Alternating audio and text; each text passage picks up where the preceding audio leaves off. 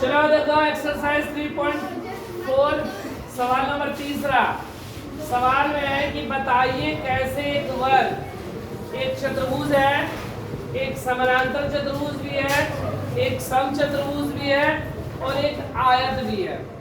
बोला कैसे एक वर्ग ये चारों हो सकता है, रीजन बताना है। ठीक है, सबसे पहला प्रश्न है कि यह एक चतुर्भुज है, तो चतुर्भुज किसको कहते हैं? तो चतुर्भुज कहते हैं जिसकी चार भुजाएं होती है, चार कोण होते हैं, और वर्ग में चार भुजाएं और चार कोण भी है, और चतुर्भुज के अंतः कोणों का एक योग 360 होता है और वर्ग के भी अंतः कोणों का योग 360 होता है। इसलिए वर्ग एक चतुर्भुज है। ठीक है, कारण क्या लिखेंगे? लिखेंगे वर्ग में चार भुजा, चार कोण तथा इनके अंतः कोणों का योग, अंतः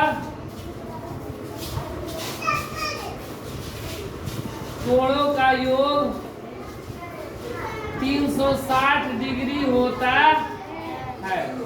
यही कारण है कि एक वर्ग चतुर्भुज कहलाता है। दूसरा, एक समानांतर चतुर्भुज है। बोला है कि एक जो वर्ग है एक समानांतर चतुर्भुज भी है। कैसे? तो देखो समानांतर चतुर्भुज किसको कहते हैं?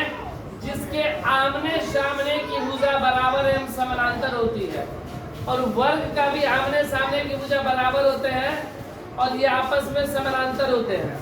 तो लिखेंगे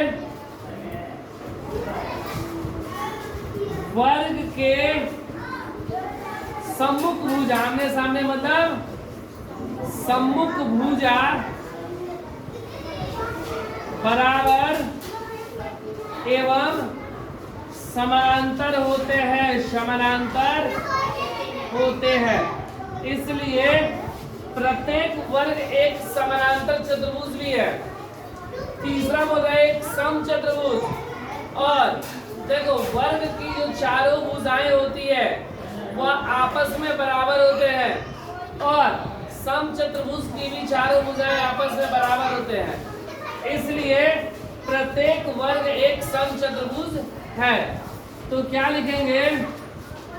वर्ग के चारों भुजाएं आपस में बराबर होते हैं, आपस में बराबर होते हैं। इसलिए प्रत्येक वर्ग एक समचतुर्भुज है। फिर क्या बोलते हैं? एक आयत है। तो देखो आयत क्या बोलते हैं कि आमने सामने की भुजाएं बराबर और प्रत्येक कोण समकोण हो, और वर्ग का भी आमने सामने की भुजा बराबर और प्रत्येक कोण समकोण होता है। इसलिए प्रत्येक वर्ग एक आयत भी कहलाता है। तो यहाँ पर क्या लिखेंगे? इसके